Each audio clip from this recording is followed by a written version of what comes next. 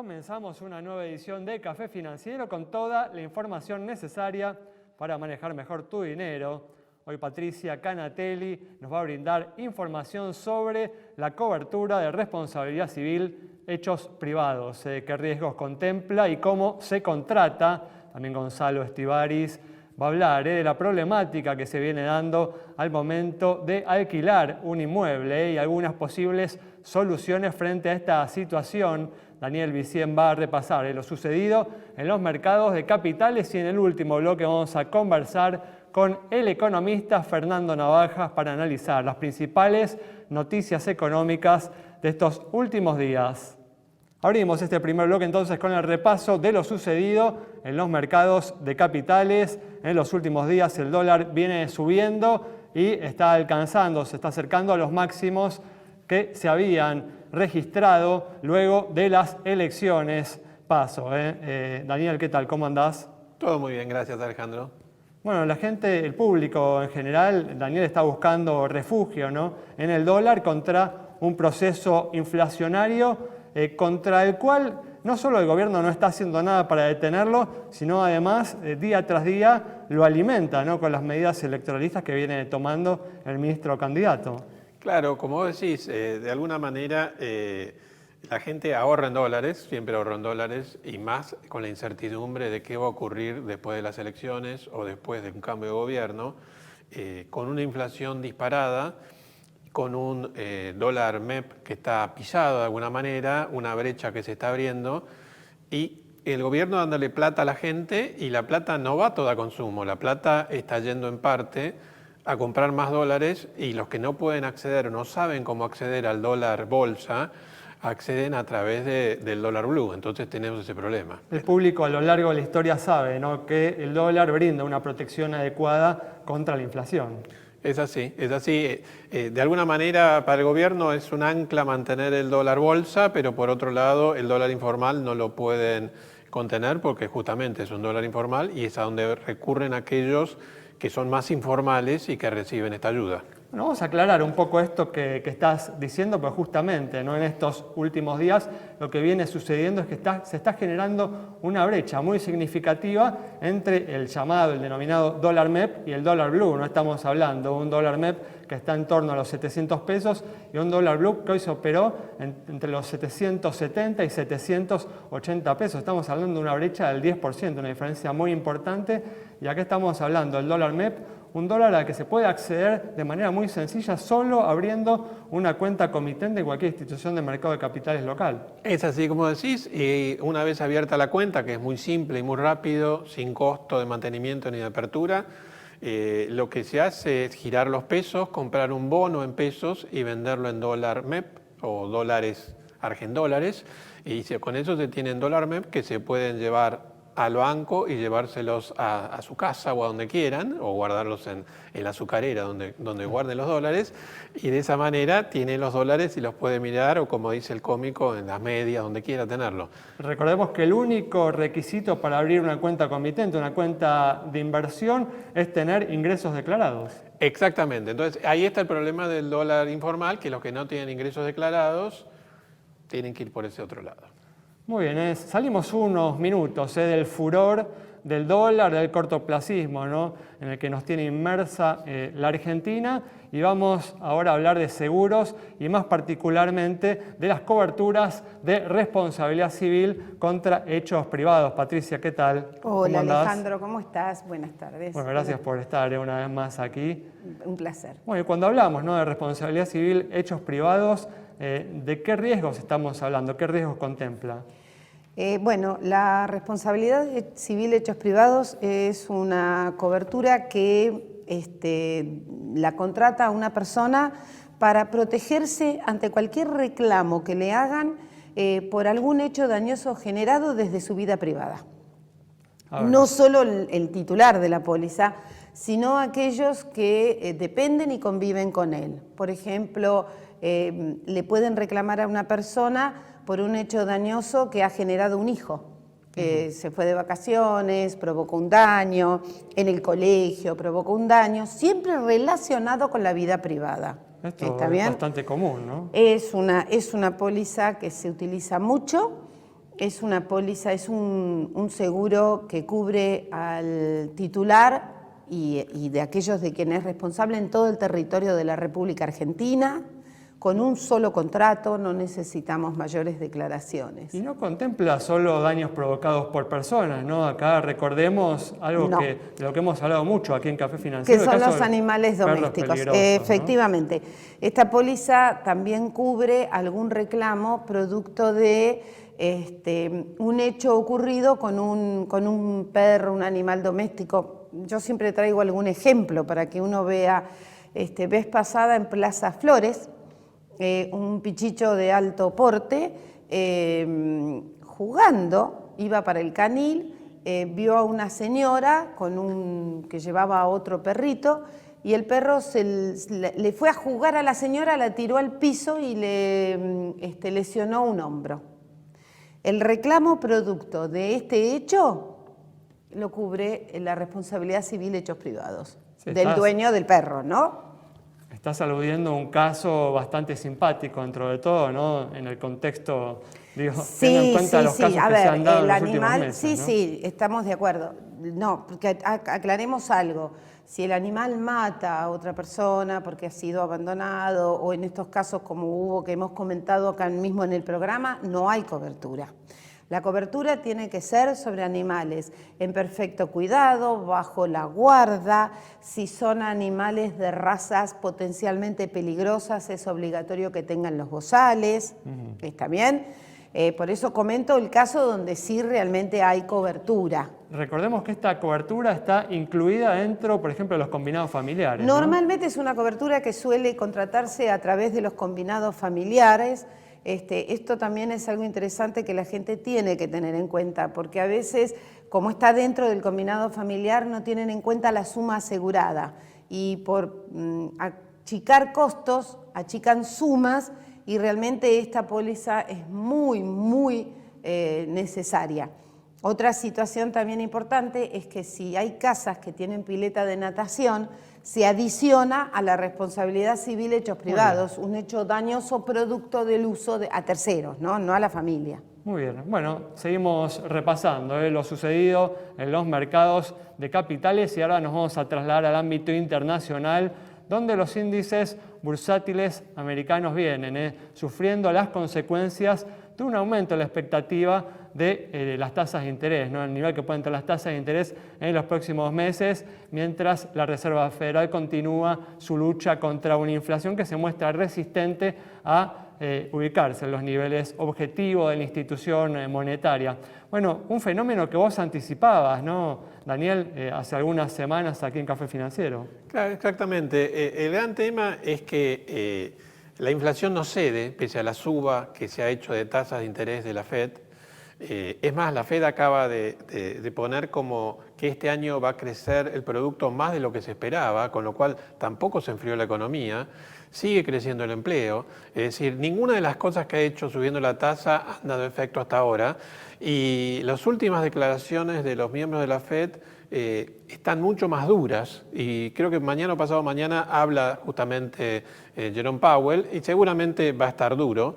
Y esto de alguna manera, más el tema de que se publicó que la confianza del consumidor bajó bastante, hizo retroceder algunos índices. Sin embargo, hay tanta liquidez en los mercados que es como que el minorista sigue entrando y sigue haciendo subir algunos papeles, cuando lo que se espera es que haya una baja en el mercado hasta el primer semestre del año que viene, ¿no es cierto? Ya en septiembre, por lo pronto, tuvimos bajas, ¿no? Entre el 4 y el 5%, dependiendo del índice bursátil que tomemos, ¿no? Exactamente. Y la realidad es que hoy está muy invertida la curva, la de 5 años está muy abajo, está a niveles como el 2007, es decir, tenemos todo un tema de índices macro que indican que estamos en principio de un aterrizaje suave o una recesión, con lo cual caerían los mercados, pero los mercados resisten por la gran liquidez que hay.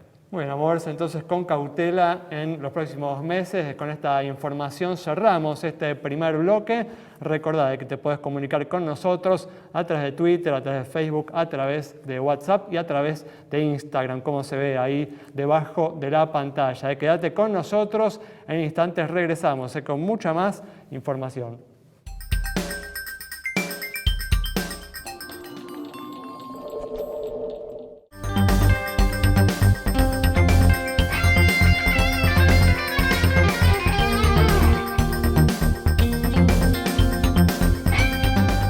Una de cada 4 empresas nos elige. Elegí la ART más elegida. Prevención ART de Sancor Seguros.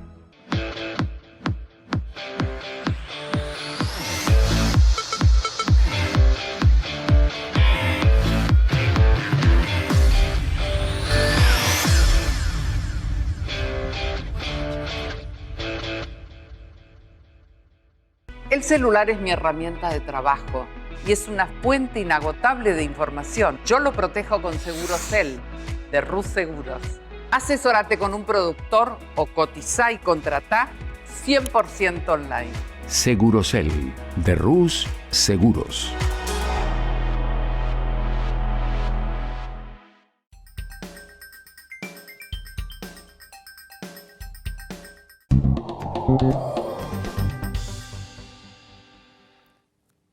Abrimos este segundo bloque con información para los propietarios e inquilinos que vienen sufriendo los estragos de la elevada inflación y de un marco regulatorio inadecuado sobre los contratos de alquiler. Gonzalo, ¿qué tal? ¿Cómo andás? Hola Alejandro, ¿qué tal? Bueno, gracias por estar aquí.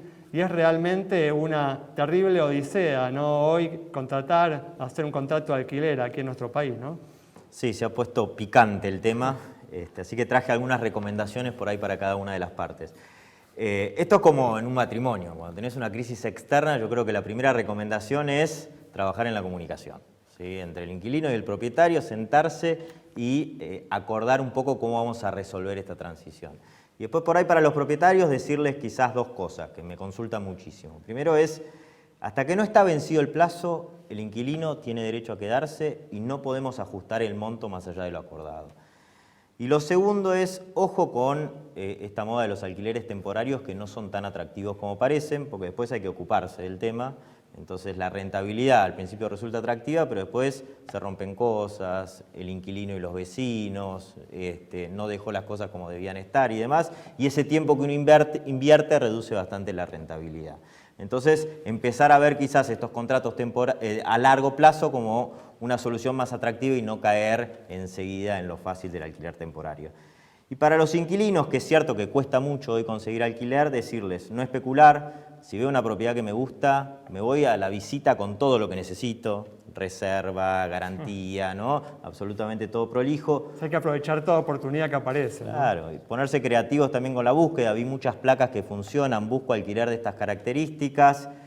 Tener en cuenta, que recién los escuchaba, el tema del alquiler en dólares es legal, ¿sí? Es un contrato legal en Argentina, y entonces lo que se puede acordar es algún esquema de alquiler a monto bajo, pero en una moneda que me permita, ¿no es cierto?, ir gradualmente combatiendo la inflación. Y después 2 ideas por ahí un poquito más extremas, pero que están piolas, es, en caso de que veas una propiedad publicada a la venta por un dueño vende hace más de 90, 120 días, pégale un llamadito a ver si no le interesa alquilarla. Funciona, mucha gente arranca por la venta, después se da cuenta como los precios bajaron mucho, un 40% desde 2018 a hoy. Realmente hay mucha gente que no está dispuesta a vender al precio de mercado hoy. Y lo segundo es invitar quizás a algún par de amigos o familiares a hacer una buena inversión y decir, che, ¿no querés juntarte y comprar un departamento y yo te lo alquilo? Ya que están baratos y es un buen momento para comprar, buscar, que hay mucho ahorro privado en Argentina, interesados y lograr encontrar. Una buena idea, una buena recomendación entonces. Y para cerrar justamente este bloque, vamos a repasar unas recomendaciones sobre alternativas de inversión en estas semanas previas a las elecciones presidenciales, Daniel. Sí, yo lo que te digo es, estamos en un periodo de incertidumbre, hay que primar la liquidez, hay que primar la seguridad, y entonces ya hablamos de dolarizarse, uno se puede dolarizar comprando directamente MEP, que es legal totalmente. Como decíamos en el bloque anterior, exacto. O poder comprar alguna obligación negociable en dólares, de alguna empresa que justamente tenga dólares, como las que son Oil and Gas, Ley Nueva York preferentemente, se pueden comprar en pesos o en dólares, o invertir en un fondo que tenga obligaciones negociadas en dólares, que existen, como alternativa básica. El resto, hacer un plazo fijo, ya caemos adentro de las elecciones y no tiene liquidez. Hacer un fondo en pesos o un dual tiene el problema de que es soberano. Entonces yo iría por un tema de dolarización. Muy bien, perfecto. Cuando hablamos de las obligaciones negociables, justamente estamos hablando de activos que hoy están pagando, ¿no? Por ejemplo, en el caso de la ON de YPF, estamos hablando de una rentabilidad de alrededor del 8% anual en dólares, ¿no? Sí, YPF tiene varias obligaciones negociables emitidas con distinto vencimiento, tiene rendimientos, como decís, alrededor del 8%, hay varias, se puede entrar en pesos tranquilamente, es un buen crédito, muy buen crédito, y hay ley nacional y ley Nueva York. Las leyes nacionales las pueden comprar aquellos que acceden al MULC, la ley Nueva York las puede comprar solamente aquellos que no acceden al MULC. Muy bien, con estas recomendaciones de Daniel Vicien cerramos el bloque. Quédate con nosotros. Al regreso vamos a estar dialogando con el economista Fernando Navajas.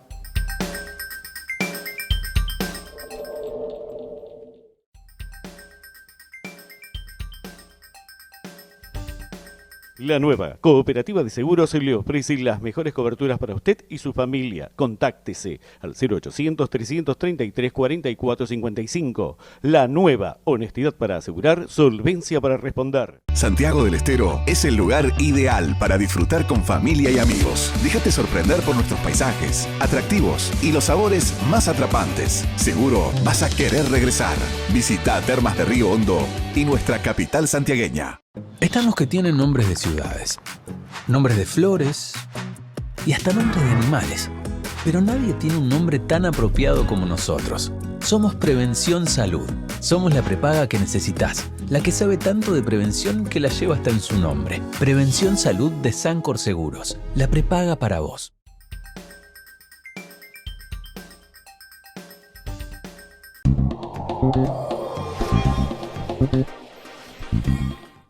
Abrimos ya este último bloque con la presencia del economista Fernando Navajas para analizar las principales noticias económicas de estos últimos días. Fernando, ¿qué tal? ¿Cómo andás? Hola Alejandro, un gusto estar acá. Gracias a vos por estar una vez más aquí.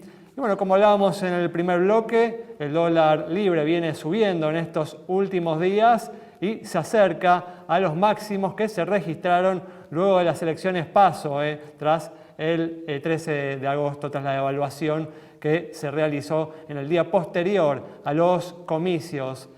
Fernando, decíamos, ¿no?, en el primer bloque, el público parece buscar refugio, ¿no?, en el dólar contra un proceso inflacionario que todo indicaría que se va a agravar en los próximos meses, ¿no? Sí, como yo creo que lo que ha quedado establecido después de esta devaluación sin plan que ocurrió a instancias de la negociación con el fondo, que fue una negociación bastante tramposa por parte del gobierno argentino en términos de cosas que luego empezaron a hacerse que son absolutamente inconsistentes con la marcha de un programa de estabilización, es establecer un nuevo escalón inflacionario.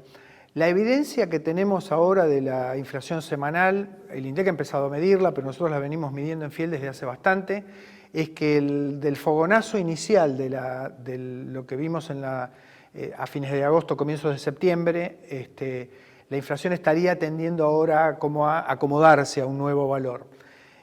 Todavía falta la sorpresa y los aumentos de octubre, pero lo que sí es cierto es que estás cómodamente puesto queriendo transitar hacia un escalón que puede llegar a ser el 10%, y eso, si eso agarra una velocidad crucero, aunque no espiralice, aunque no termine en una hiperinflación, va a ser de muy difícil manejo para el próximo gobierno, porque sea quien sea, incluso cualquiera de los tres candidatos que ahora van a ir a la elección, va a tener que enfrentar una situación con un deterioro muy grande de precios relativos y correcciones que van a generar una inestabilidad muy grande, digamos. Es un problema de una economía que se ha vuelto toda la gestión económica muy al servicio de la política. Hay gente que la ve como como que el ministro de Economía es un mago porque logró llegar y más o menos tener chances, lo miden con una vara electoral.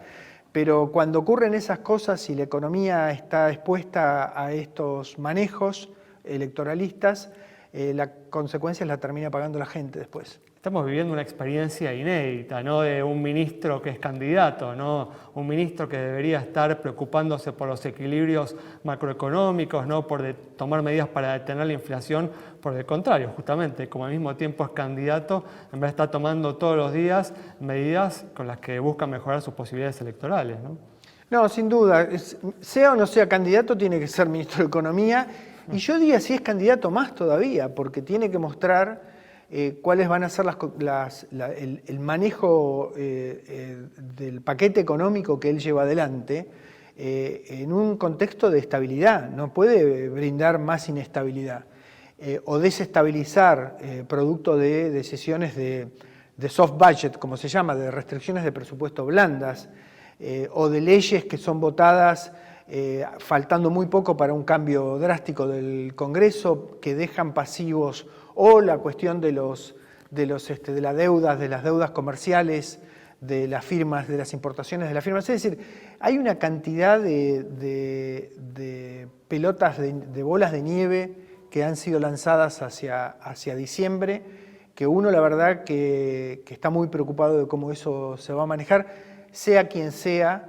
Los candidatos de la oposición, por otro lado, están obviamente, ya pasaron la barrera de la crítica al gobierno, pero deberían estar en un estado, yo diría, de gran preocupación, tanto Patricia Bullrich como especialmente Milei, digamos, ¿no? El cual yo no lo veo con la actitud que debería tener frente a esta bomba atómica que a él también le podría llegar a tocar. Fue curioso, ¿no? El apoyo que le brindó, por ejemplo, a la reforma del impuesto a las ganancias en el Congreso, ¿no? Algo contradictorio con lo que uno espera, ¿no? de un candidato que tiene intenciones de estabilizar la economía, ¿no? de lograr un equilibrio presupuestario en su mandato, ¿no? Sí, el problema con Milei es que Milei pone todo bajo la vara de los eslogans libertarios. Y cuando uno pone a la economía bajo el eslogan de los eslogans libertarios, salen cosas raras, digamos, ¿no? que violentan los principios de lo que es una sana economía pública, digamos, ¿no? Economía pública es aquel área que, sobre todo en materia de impuestos y de gastos, tiene que estar pensando en criterios de eficiencia, equidad y sostenibilidad macroeconómica de las cosas que se hacen. Y no puede basarse en principios últimos de libertad o de otras cosas, que sí están, porque es cierto que los impuestos son mecanismos de detracción de recursos del sector privado a expensas de los poderosos. Esto ha sido así desde la prehistoria. Pero esta es una situación endeble, esta es una situación complicada, digamos. Además no se puede empezar bajando los impuestos sin antes bajar los gastos, ¿no? No, claro, por supuesto uno tiene que mostrar de dónde va a venir el financiamiento. Y el bajar de los gastos es ahí donde tampoco hay un claro mensaje. No lo hay desde el lado de Patricia Bullrich. Tienen un programa, obviamente Carlos Melconian tiene, pero no, si uno pone en general a los analistas o observadores o a los propios economistas a que digan exactamente cómo va a ser la operación de recorte de gastos que es necesaria, y al propio Milei, que es funcional crucial para la dolarización, no aparecen respuestas claras. En el caso de Milei todavía es más preocupante, yo diría, porque o de Milei o de Ocampo, porque en el caso de la dolarización uno necesita dar prueba fehaciente en el día 1 de que uno no va a necesitar impuesto inflacionario. Impuesto inflacionario es como el último impuesto de una cascada de impuestos que se están poniendo porque las cuentas no cierran. Es la forma ex post de poner impuestos. La emisión monetaria. Es emisión monetaria. Entonces, para poder decir que uno va a hacer una dolarización, tiene que mostrar de manera contundente que está en un superávit primario y en un equilibrio financiero o en un superávit financiero. Si eso no es así, entonces lo que se induce de ahí es que uno va a necesitar el impuesto inflacionario, y si uno necesita el impuesto inflacionario no puede estar hablando de dolarización al mismo tiempo. Ese fue un poquito el punto que en su momento hizo López Murphy, que Milei reaccionó muy mal. Y me dicen a mí también que fue un poco parte del intercambio de alguna exposición que Epstein o alguno de los del equipo, que son gente con experiencia, pero fueron a Nueva York a exponer y fueron interpelados respecto a la cuestión presupuestaria, a cómo ellos pensaban que iban a cerrar el presupuesto. Y como hubo un cri, no sé, la reacción de Nueva York fue, bueno, entonces ustedes necesitan el impuesto inflacionario. O sea, fue más o menos por ahí la cosa, ¿no? Muy bien, Fernando, nos quedamos sin tiempo. Te agradezco por haber venido una vez más. Cerramos entonces el programa de hoy con el análisis detallado del economista Fernando Navajas sobre la complicada situación de la economía argentina y las posibilidades que se presentan luego de las elecciones presidenciales del 22 de octubre. Nos reencontramos el próximo miércoles a las 20:30 aquí en Metro.